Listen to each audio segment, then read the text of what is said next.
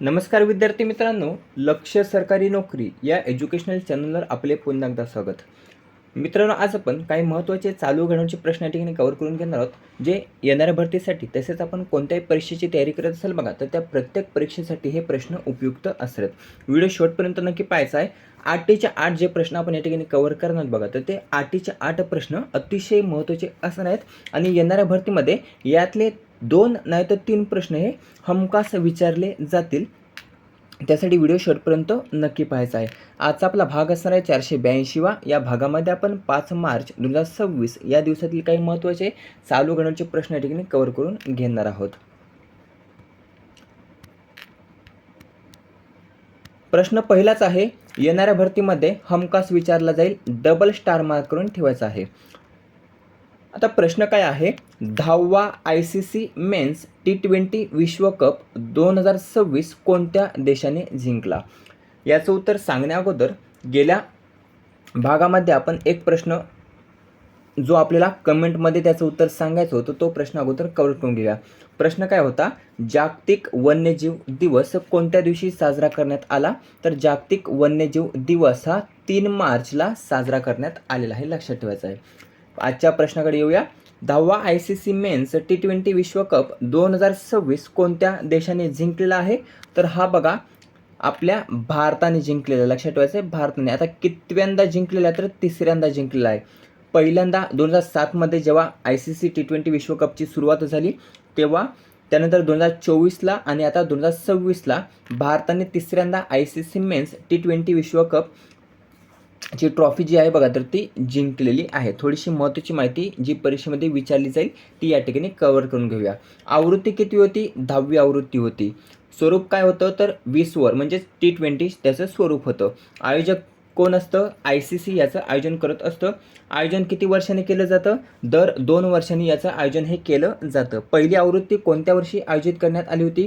2007 साली पहिली आवृत्ती आयोजित करण्यात आली होती. या 2026च्या आवृत्तीमध्ये एकूण किती संघांचा समावेश होता? तर एकूण 20 संघांचा समावेश होता. त्यामध्ये वेगवेगळे विभाग करण्यात आले होते. किती? 4. तर अ, ब, क, ड असे 4 विभाग करण्यात आले होते. एक प्रश्न तुमच्यासाठी, या 4 विभागामध्ये भारताचा कोणता गट होता? म्हणजे भारत कोणत्या गटामध्ये होता याचं उत्तर आपल्याला कमेंट करून सांगायचं. असे देखील प्रश्न परीक्षेमध्ये विचारले जाऊ शकतात, लक्षात ठेवायचं आहे.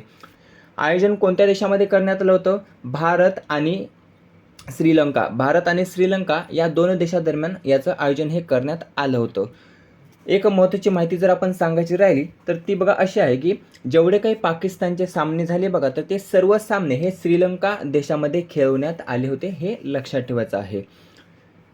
यामध्ये विजेता ठरलेला आहे आपला भारत. उपविजेता संघ कोणता ठरलेला आहे? तर उपविजेता संघ ठरलेला आहे न्यूझीलंड, हे लक्षात ठेवायचं आहे. त्यानंतर ब्रँड ॲम्बॅसेडर कोण होता? 2026च्या आवृत्तीचा ब्रँड ॲम्बॅसेडर कोण होता? तर भारताचा रोहित शर्मा हा ब्रँड ॲम्बॅसेडर होता T20 विश्वकप 2026, लक्षात ठेवायचा आहे. विजेत्या संघाचा कर्णधार कोण आहे? सूर्यकुमार यादव. भारताचा कर्णधार कोण आहे? सूर्यकुमार यादव. उपविजेत्या संघाचा कर्णधार कोण आहे? मिचेल सँटनर, लक्षात ठेवायचं आहे, न्यूझीलंड. अंतिम सामना हा 8 मार्च 2026ला खेळवण्यात आला. ठिकाण कोणतं होतं? नरेंद्र मोदी स्टेडियम, अहमदाबाद या ठिकाणी अंतिम सामना हा खेळवण्यात आला होता. भारताने 96 धावांनी विजय मिळवलेला. किती? 96 धावांनी विजय मिळवलेला आहे. एकूण किती भारताने रन्स केल्या होत्या? 255 केल्या होत्या. बक्षीस रक्कम म्हणून किती प्राप्त आहे विजेत्या संघास? तर जवळपास 27 कोटी एवढी बघा बक्षीस रक्कम ही विजेत्या संघास प्राप्त आहे. या 2026च्या आवृत्तीमध्ये सर्वाधिक धावा कोणी केल्या? तर साहिबजादा फरहान यांनी सर्वाधिक धावा केल्या. किती? 383, जो पाकिस्तान या देशाचा खेळाडू आहे. सर्वाधिक बळी कोणत्या गोलंदाजाने घेतल्या? तर सर्वाधिक बळी ह्या जसप्रीत बुमराह याने घेतल्या. किती? 14 घेतल्या, जो आपल्या भारतीय संघाचा गोलंदाज आहे. सर्वाधिक षटकार कोणी मारलेले आहेत? संजू सॅमसन यांनी 24 षटकार मारलेले आहेत. सर्वाधिक चौकार कोणी मारलेले आहेत? साहिबजादा फरहान यांनी सर्वाधिक चौकार मारलेले आहेत. त्यानंतर अंतिम सामन्याचा सामनावीर हा जो काही पुरस्कार आहे तर तो कोणास प्राप्त झाला? तर तो बघा जसप्रीत बुमराह यास प्राप्त झालेला आहे. सर्वोत्कृष्ट मालिकावीर जर आपण पाहिला तर तो संजू सॅमसन म्हणजेच प्लेयर ऑफ द टुर्नामेंट किंवा मालिकावीर कोण ठरलेला आहे? संजू सॅमसन ठरलेला आहे. Player of the match Jasprit Bumrah. कधी कधी इंग्लिशमध्ये देखील विचारलं जातं प्रश्न, त्यासाठी लक्षात ठेवायचं आहे. आता भारताने आतापर्यंत तिसऱ्यांदा बघा ICC T20 विश्वकप जिंकलेला आहे. या 3 वेळा जेव्हा जिंकलेल्या बघा, तर त्या 3 वेळेचे कर्णधार आपल्याला या ठिकाणी माहिती असणं गरजेचं आहे. जेव्हा भारताने पहिल्यांदा T20 विश्वकप जिंकला 2007 साली, तर तेव्हा भारताचा कर्णधार होता महेंद्रसिंग धोनी. दुसऱ्यांदा भारताने T20 विश्वकप जिंकला तेव्हा भारताचा कर्णधार होता रोहित शर्मा. आणि आता तिसऱ्यांदा जिंकला आहे त्यावेळी भारताचा कर्णधार होता सूर्यकुमार यादव. 3 महत्त्वाचे पॉईंट्स आहेत ते लक्षात ठेवायचे आहेत. कोणकोणते? तर सलग 2 वेळा T20 विश्वकप जिंकणारा पहिला संघ जर आपण पाहिला तर आपला भारताचा असणार आहे. त्यानंतर घरच्या मैदानावर T20 विश्वकप जिंकणारा पहिला संघ आपला भारत असणार आहे. 3 वेळा T20 विश्वकप जिंकणारा पहिला संघ कोणता असणार आहे? तर आपला भारतच असणार आहे. आतापर्यंत अशी कोणीही कामगिरी केलेली नाही. या अगोदर 2-2 संघांनी T20 विश्वकप हा जिंकलेला, त्यामध्ये इंग्लंड येतो, वेस्ट इंडिज येतो आणि भारत येतो. परंतु भारताने आता 10वी जी काही आवृत्ती होती बघा तर ती जिंकली आणि आता भारत हा तिसऱ्यांदा याचा विजेता ठरलेला आहे. जर भारताचे मुख्य प्रशिक्षक आपण पाहिले तर मुख्य प्रशिक्षक कोण आहेत? गौतम गंभीर आहेत. गोलंदाजी कोच कोण आहेत? गोलंदाजी कोच तर मॉर्नी मॉर्केल आहेत. आणि फलंदाजी कोच आहे कोण आहेत? सितांशू कोटक आहेत. एवढी पहिल्या प्रश्नातून माहिती विचारली जाते परीक्षेमध्ये, जी आपण या ठिकाणी कव्हर केलेली आहे. हीच माहिती आपल्याला टेलिग्रामवर प्राप्त होऊन जाईल. तसेच T20 विश्वकप या स्पर्धेवर एक महत्त्वाचा जम्बो व्हिडिओ आपण त्या ठिकाणी कव्हर करणार, ज्यामध्ये हे सर्व प्रश्न आपण त्या ठिकाणी कव्हर करणार आहोत. त्याचा PDF देखील आपल्याला टेलिग्रामवर प्राप्त होऊन जाईल. प्रश्न क्रमांक 2, याला देखील आपल्याला स्टार मार्क करून ठेवायचा आहे. येणाऱ्या भरतीमध्ये हा देखील प्रश्न 100% विचारण्यात येणारच आहे. प्रश्न काय आहे? महाराष्ट्र राज्याच्या राज्यपालपदी कोणाची नियुक्ती करण्यात आली? तर भरपूर जणांचं उत्तर हे आचार्य देवव्रत असेल. परंतु आचार्य देवव्रत हे आता महाराष्ट्राचे राज्यपाल नसणार. त्यांच्या जागेवर आता जिष्णू देव वर्मा. काय? जिष्णू देव वर्मा हे महाराष्ट्र राज्याचे नवे राज्यपाल आता असणार आहेत. कारण राष्ट्रपतींनी जिष्णू देव वर्मा यांची राज्यपालपदी नियुक्ती ही केलेली आहे. कितवे असणार आहेत? तर 23वे असणार आहेत. काही महत्त्वाचे पॉईंट्स या ठिकाणी कव्हर करून घेऊया जे परीक्षेमध्ये विचारले जातात. आता जे काही राज्यपाल असतात बघा, राज्यपाल, तर या राज्यपालाची नियुक्ती कोण करत असतं? तर राष्ट्रपती हे राज्यपालाची नियुक्ती करत असतात. कलम काय? तर भारतीय राज्यघटनेतील कलम 155 नुसार राष्ट्रपती हे त्या राज्याचे राज्यपाल नियुक्त करत असतात. नियुक्त राष्ट्रपती करत असतात. शपथ कोण देतात त्यांना? तर त्या राज्याच्या उच्च न्यायालयाचे मुख्य न्यायाधीश. त्या राज्याच्या उच्च न्यायालयाचे मुख्य न्यायाधीश हे बघा राज्यपालाला शपथ देत असतात. राज्याचे प्रथम नागरिक कोण असतात? तर राज्यपाल हे बघा राज्याचे प्रथम नागरिक असतात. हे देखील महत्त्वाचे पॉईंट्स आहेत जे परीक्षेमध्ये विचारले जातात. आता हे जे काही जिष्णू देव वर्मा आहेत बघा, तर ते या अगोदर तेलंगणा राज्याचे राज्यपाल होते. कोणत्या राज्याचे? तर तेलंगणा राज्याचे राज्यपाल होते महाराष्ट्र राज्याच्या राज्यपालपदी नियुक्ती होण्याच्या अगोदर. तसेच त्रिपुरा या राज्याचे ते दुसरे उपमुख्यमंत्री देखील राहिलेले आहेत. कोणत्या राज्याशी संबंधित आहेत तर जिष्णू देव वर्मा? तर हे बघा त्रिपुरा या राज्याशी संबंधित असून त्रिपुराचे दुसरे उपमुख्यमंत्री आणि भारतीय जनता पार्टी या पक्षाशी ते संबंधित आहेत. आचार्य देवव्रत यांना बघा महाराष्ट्राच्या अतिरिक्त राज्यपाल पदाचा कार्यभार हा त्यांच्यावर सोपवण्यात आला होता. त्याचं कारण तर महाराष्ट्राचे राज्यपाल CP राधाकृष्णन हे उपराष्ट्रपती झाले आणि त्यानंतर हे पद रिक्त झालं. परंतु त्यानंतर अतिरिक्त पदाचा कार्यभार हा आचार्य देवव्रत यांच्यावर सोपवण्यात आला आणि ते आता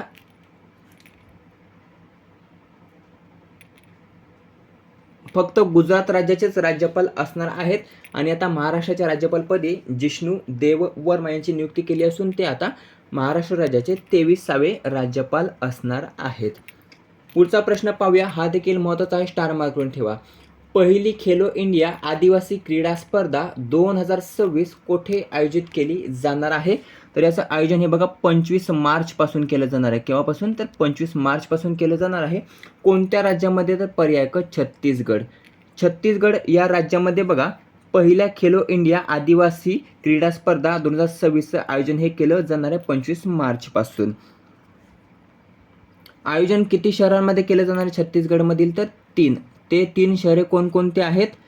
रायपूर, जगदलपूर आणि सरगुजा, रायपूर, जगदलपूर आणि सरगुजा या ठिकाणी बघा 3 जे काही शहर आहेत बघा, तर या शहरांमध्ये याचं आयोजन हे केलं जाणार आहे.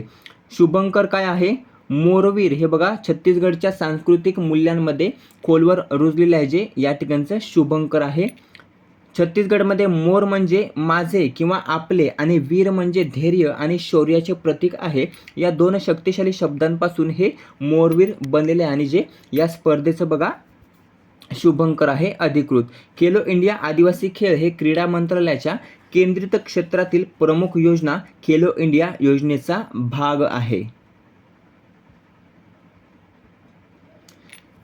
याचं अनावरण केव्हा करण्यात आलं होतं शुभंकरचं वगैरे? तर 23 डिसेंबर रोजी बघा बिलासपूर येथील स्वर्गीय BR यादव क्रीडा स्टेडियममध्ये बघा पहिल्या खेलो इंडिया आदिवासी क्रीडा स्पर्धेच्या शुभप्रतीक स्पर्धागीत व शुभंकरचे औपचारिक बघा अनावरण हे करण्यात आलं होतं. सध्या भारताचे केंद्रीय क्रीडा मंत्री कोण आहेत? उत्तर कमेंट करून सांगायचं आहे.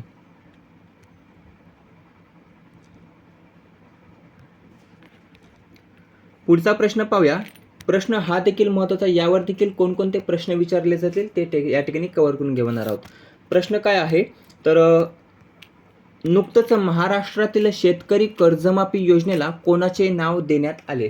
तर महाराष्ट्राचे मुख्यमंत्री देवेंद्र फडणवीस यांनी 6 मार्च 2026ला राज्याचा अर्थसंकल्प सादर केला आणि त्या अर्थसंकल्पामध्ये एक महत्त्वाची घोषणा करण्यात आली, ती अशी की महाराष्ट्रातील जे काही शेतकरी आहेत बघा, तर या शेतकऱ्यांसाठी कर्जमाफी योजना आणली आहे आणि या कर्जमाफी योजनेला पर्याय पुण्यश्लोक अहिल्यादेवी होळकर, काय पुण्यश्लोक अहिल्यादेवी होळकर यांचं नाव हे देण्यात आलेलं आहे. योजना काय आहे ती या ठिकाणी जाणून घेऊया. मुख्यमंत्री देवेंद्र फडणवीस यांनी राज्याचा अर्थसंकल्प 2026 सादर केला. या अर्थसंकल्प सादर करताना शेतकऱ्यांसाठी कर्जमाफीची घोषणा केली. 30 सप्टेंबर 2025 पर्यंत बघा थकीत असलेल्या पात्र शेतकऱ्यांचे 2 लाखापर्यंतचे कर्ज हे माफ केले जाणार आहे. किती? 2 लाखापर्यंतचे. यावर प्रश्न विचारला जाईल. शेतकरी कर्जमाफी योजना जी पुण्यश्लोक अहिल्यादेवी होळकर यांच्या नावावर सुरू करण्यात आली, तर या कर्जमाफी योजनेनुसार बघा किती लाखापर्यंतचे कर्ज हे माफ केले जाणार आहे, हा प्रश्न येणाऱ्या भरतीमध्ये विचारला जाईल. तर 2 लाखापर्यंतचं कर्ज हे या ठिकाणी माफ केलं जाणार आहे. कोणत्या योजनेनुसार? तर पुण्यश्लोक अहिल्यादेवी होळकर शेतकरी कर्जमाफी योजनेनुसार. लक्षात ठेवायचं आहे. आता याचा लाभ हा कोणाला प्राप्त होणार आहे? तर 2 लाखापर्यंत कर्ज थकीत असणारे शेतकरी, त्यानंतर 30 सप्टेंबर 2025 पर्यंत पीक कर्ज थकीत असणाऱ्या पात्र शेतकऱ्यांना याचा लाभ हा मिळणार आहे. पीक कर्जाची नियमित परतफेड करणाऱ्याला पात्र शेतकऱ्याला बघा 50,000 रुपयापर्यंत प्रोत्साहनपर लाभ हा देण्यात येणार आहे. पुढचा प्रश्न पाहूया 5वा. पुढचा प्रश्न देखील महत्त्वाचा असणार आहे. तर पुण्यातील राहुरी येथील देशी गाय संशोधन केंद्राला कोणाचे नाव देण्यात आले? या अगोदर बघा कात्रचं जे काही दूध आहे बघा, दूध उत्पादनचं ते तेवढं आठवत नाही, परंतु दुधाचा एक संघ आहे बघा कोणता तरी, तर त्या दूध संघाला बघा कात्रज येथील दूध संघाला देखील अजित पवार यांचं नाव देण्यात आलं होतं. आणि आता पुण्यातील राहुरी येथील देशी गाय संशोधन केंद्राला देखील अजित पवार यांचंच नाव देण्यात आलेलं आहे. जे अजित पवार महाराष्ट्राचे उपमुख्यमंत्री होते बघा, ज्यांचं विमान अपघातामध्ये निधन झालं आणि त्यांच्या निधनानंतर महाराष्ट्राचे उपमुख्यमंत्री कोण बनल्या? तर सुनेत्रा पवार, ज्या त्यांच्या पत्नी आहेत बघा, तर या महाराष्ट्राच्या उपमुख्यमंत्री बनल्या. या अजित पवारांचं नाव आता पुण्यातील राहुरी येथील देशी गाय संशोधन केंद्राला देण्यात आलेले आहे. निर्णय कोणी घेतला? तर महाराष्ट्र कृषी शिक्षण आणि संशोधन परिषदेचा हा निर्णय असणार आहे. महात्मा फुले कृषी विद्यापीठ राहुरी अंतर्गत, काय महात्मा फुले कृषी विद्यापीठ राहुरी अंतर्गत देशी गायींचे संगोपन आणि संवर्धन तसेच दूध, दुग्धजन्य उत्पादने, गोमूत्र आणि शेण प्रक्रियेवरील संशोधनासाठी कार्यरत असलेल्या देशी गाय संशोधन आणि प्रशिक्षण केंद्राचे नामकरण आता अजितदादा पवार देशी गाय संशोधन आणि प्रशिक्षण केंद्र असं करण्यात आलेलं आहे. असं नामकरण करण्यास मान्यता देण्यात असल्याची माहिती ही कृषी मंत्री दत्तात्रेय भरणे यांनी दिलेली आहे. महाराष्ट्राचे कृषी मंत्री कोण आहेत? दत्तात्रेय भरणे आहेत, हे लक्षात ठेवायचं आहे.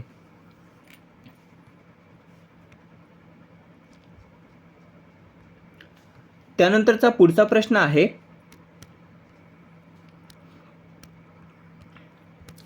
पुण्यातील बारामती येथील आयुर्वेद रुग्णालयाला कोणाचे नाव देण्यात आले? तर पुण्यातील बारामती येथील आयुर्वेद रुग्णालयाला बघा पुन्हा एकदा अजित पवार यांचंच नाव हे देण्यात आलेलं आहे. कोणाच? तर अजित पवार यांचंच नाव हे देण्यात आलेलं आहे.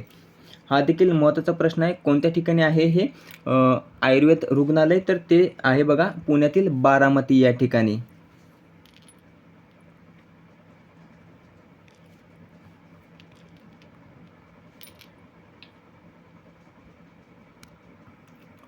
पुढचा प्रश्न आहे, के.पी. शर्मा ओली हे कोण होते? तर नेपाळचे पंतप्रधान होते. कोण? के.पी. शर्मा ओली. तर यांचा बघा पराभव करणारे बालेन शाह हे कोणत्या पक्षाशी संबंधित आहेत?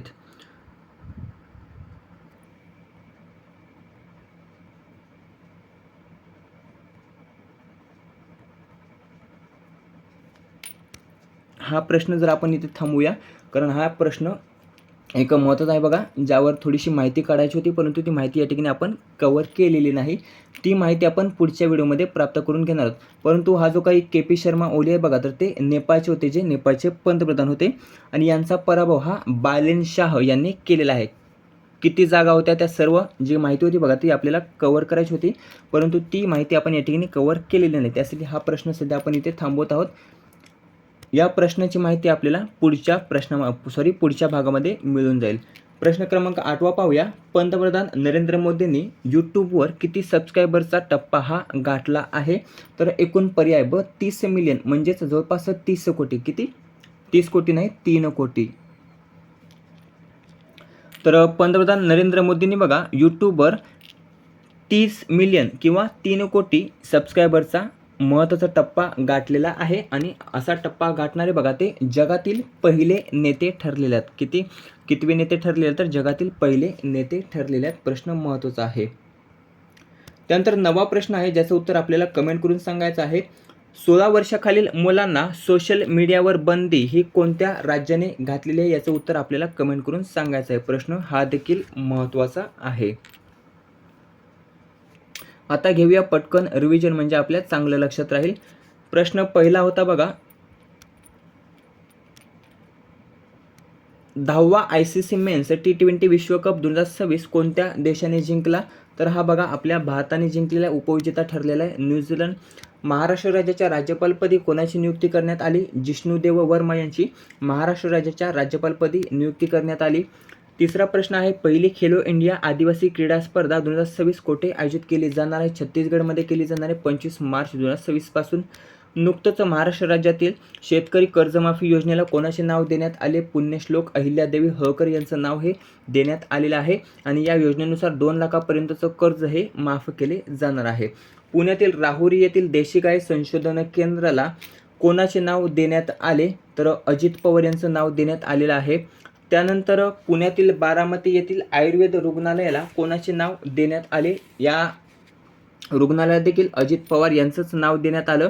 त्यानंतर 8वा प्रश्न आहे, पंतप्रधान नरेंद्र मोदींनी यूट्यूबवर किती सबस्क्रायबरचा टप्पा हा गाठलेला आहे? तर जवळपास 30 मिलियन म्हणजेच 3 कोटी एवढ्या सबस्क्रायबरचा टप्पा हा पंतप्रधान नरेंद्र मोदींनी बघा गाठलेला आहे आणि असा टप्पा गाठणारे ते जगातील पहिले नेते ठरलेले आहेत.